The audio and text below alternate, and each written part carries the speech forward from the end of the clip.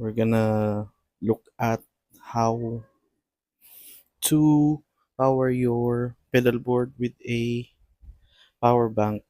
So here is the NUX MG30. So I'm using a MVAVE pedal power. So basically it takes in a 5 volt 2 amps na USB intake niya. Tapos it distributes it here to 9 volts. So step up siya. There are two 500 milliamps and no USB outputs, no. And the rest is 100 milliamps. So the MG30 requires requires 500 milliampere to power itself. So I have here a doubler here. I made a doubler cable.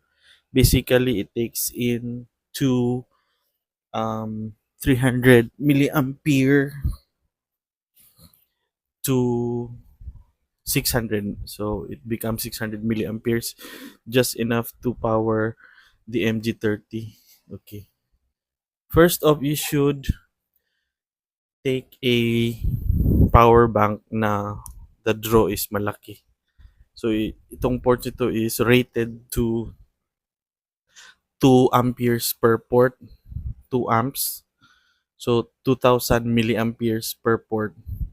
It's rated. This is a Hoco 10,000 milliampere power bank.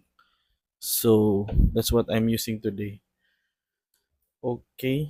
So from that, it can power the NUX. I'll plug in some different items, like I will be plugging is in this USB 5 volt distributor, like a hub.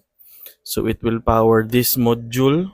This is a Tonix 1 um, controller, Bluetooth controller, but the Tonix 1 has not yet arrived. So this will be the powering unit for the Tonix 1, and it will link with the Mvavi chocolate.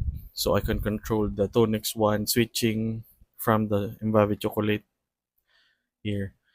And meron ding light, this one, which is I don't know how malit lang yung ano niya, but that will also be part of the system. And ito, charge natin, try yung Mvavi chocolate while using it. So here goes. I will plug in the power supply now.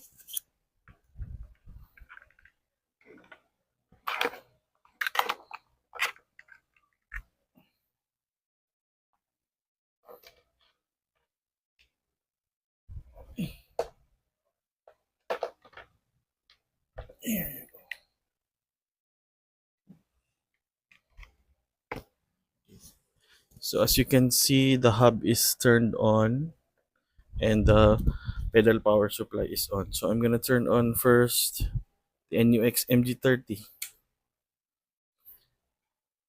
So it turns on using the current doubler.